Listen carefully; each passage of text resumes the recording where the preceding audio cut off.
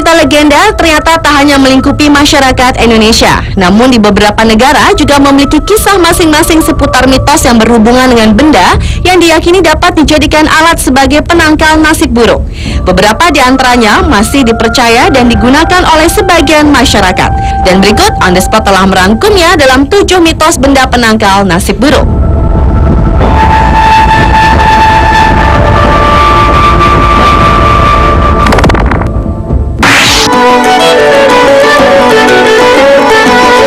Diawali dengan cermin bagua. Benda yang berasal dari Cina ini merupakan simbol yang sangat populer dalam ilmu Feng Shui. Dan cermin berbentuk persegi 8 ini diyakini memiliki petuah tersendiri bagi pemilik rumah atau kediaman yang menempatkannya pada pintu masuk ke pintu utama. Khasiat dari cermin ini salah satunya adalah bahwa sang pemilik rumah akan menyambut keharmonisan dan menciptakan nasib baik bagi semua orang yang masuk. Selain itu, cermin bagua juga menjadi pesona untuk melawan ki negatif yang bersifat rohani, seperti entitas jahat atau makhluk halus, sehingga mereka tidak dapat masuk ke dalam rumah. Cermin bagua terdapat 2 jenis bentuk, yakni cekung dan cembung, di mana cermin bagua cekung berfungsi untuk mengumpulkan energi positif, sedangkan cermin bagua yang cembung berfungsi untuk memantulkan energi negatif. Cermin bagua cembung lebih sering dipergunakan apabila kondisi luar rumah memiliki pemandangan yang kurang bagus atau dikelilingi oleh hal-hal yang negatif, sehingga cermin ini berfungsi sebagai media penetralisir.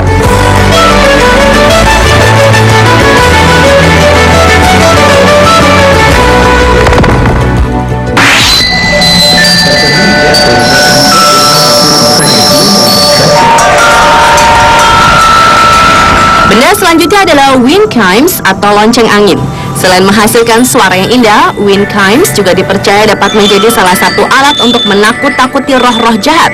Lonceng angin modern memiliki asal-usul dari lonceng angin di India yang kemudian diperkenalkan ke Cina, di mana benda ini akhirnya juga digunakan untuk melindungi rumah.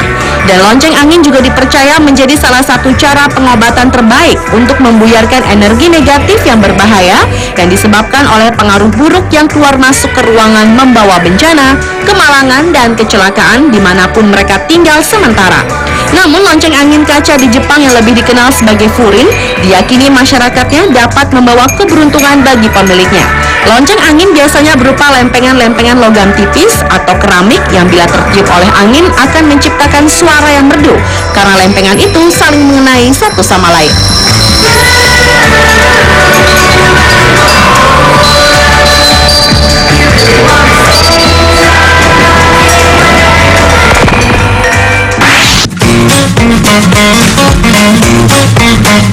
Benda berikutnya adalah Ofuda dari Jepang. Benda yang diyakini dapat membantu melindungi keluarga dari berbagai penyakit yang berasal dari kekuatan Ofuda. Ofuda sendiri merupakan jimat yang berbentuk secari kertas atau sepotong batang kayu yang bertuliskan nama dewa atau kuil Shinto yang membuat jimat tersebut. Biasanya Ofuda ditempel di pintu, gerbang, tiang, atau langit-langit dengan tujuan agar tempat yang ditempeli Ofuda tersebut terlindung dari bencana. Biasanya menggunakan jimat Ofuda adalah pendeta kuil, dukun wanita, dan ahli sihir. Dan dalam beberapa legenda Jepang, Ofuda digunakan untuk mengusir dan menyegel roh jahat.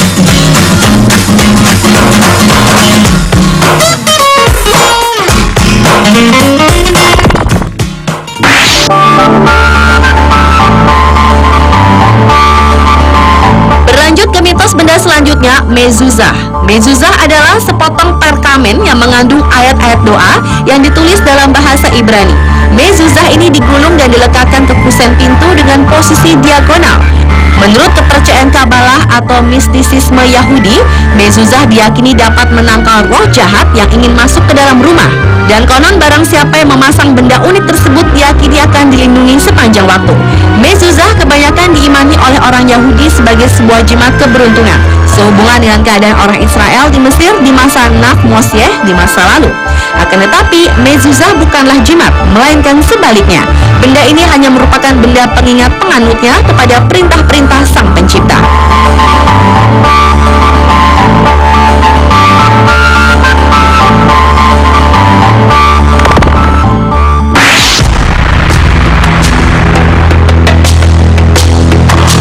Mitos berikutnya adalah terdapat pada nazar atau tanda mata. Benda unik ini juga dikenal sebagai batu mata jahat atau sebuah jimat.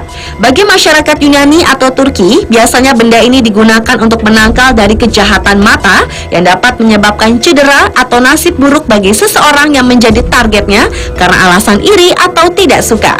Dan kejahatan ini juga dikenal dalam budaya Mediterania sebagai mal de ojo. Jimat ini juga biasanya terbuat dari kaca berwarna, dan bagi pemilik rumah yang memiliki benda ini diyakini akan terhindar dari nasib buruk. Namun mitos atau kepercayaan terhadap benda jimat yang satu ini cukup beragam bagi beberapa budaya.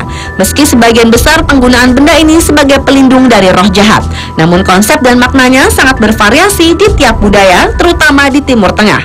Dan mitos ini kian meluas dan turun-temurun di antara suku-suku Mediterania, budaya Asia hingga Eropa.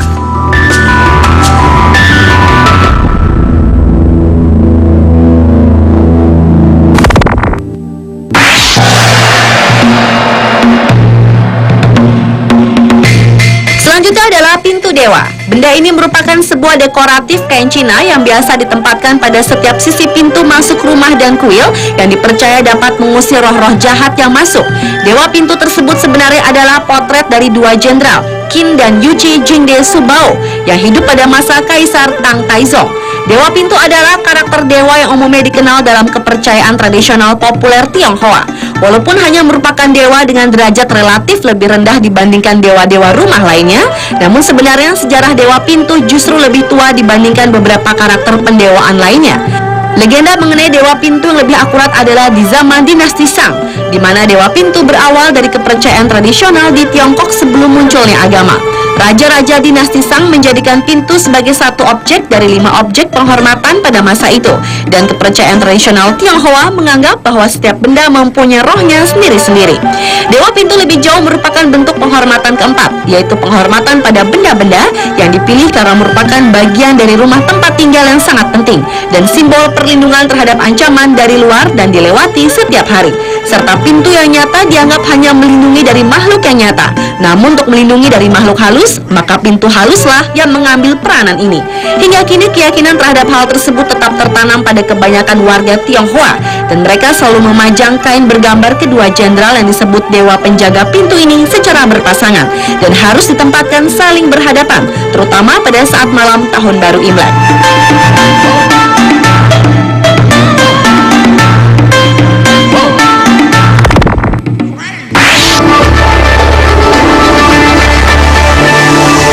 Mitos benda penangkal nasib buruk yang terakhir adalah Hamsa.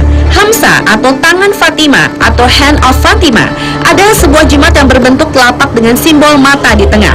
Dalam bahasa Arab dan budaya Berber, benda ini diyakini untuk mengusir mata jahat, tatapan berbahaya yang dapat menyebabkan penyakit, kematian, atau nasib buruk.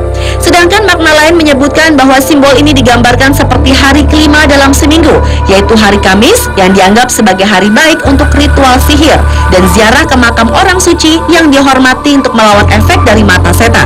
Dan benda yang digambarkan dengan 5 jari dengan sebuah mata di tengahnya ini biasanya digunakan sebagai jimat yang tergantung di pintu atau dinding.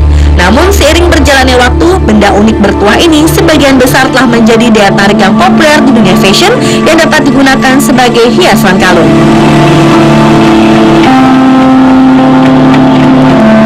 Pemirsa, itulah ke-7 mitos benda